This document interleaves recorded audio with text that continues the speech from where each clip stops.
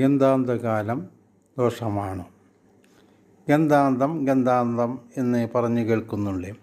പക്ഷേ ഒരു ദോഷകാലമാണ് എന്ന അറിവ് എല്ലാവർക്കുമില്ല.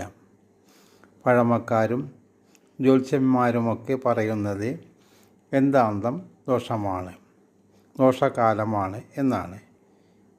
അത് ചില നാളുകൾക്ക് മാത്രമേ ബാധകമുള്ളൂ.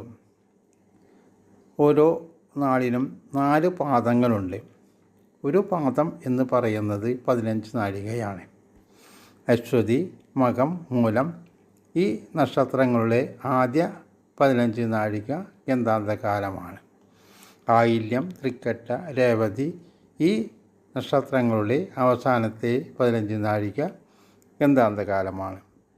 ഗന്ധാന്ത സമയത്ത് ജനിക്കുന്ന ശിശുക്കൾ വളർന്ന് വലുതായാൽ അവർക്ക് ജീവിതത്തിൽ വലിയ നേട്ടമൊന്നും ഉണ്ടാവുകയില്ലെന്നാണ് വിശ്വാസം.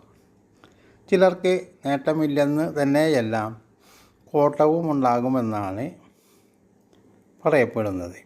എന്നാൽ 15 നാഴികയിൽ 10 നാഴിക കഴിഞ്ഞാണ് ജനനമെങ്കിൽ ദോഷം അല്പം കുറവായിരിക്കും എന്നുള്ള ഒരു ആശ്വാസവുമുണ്ട്.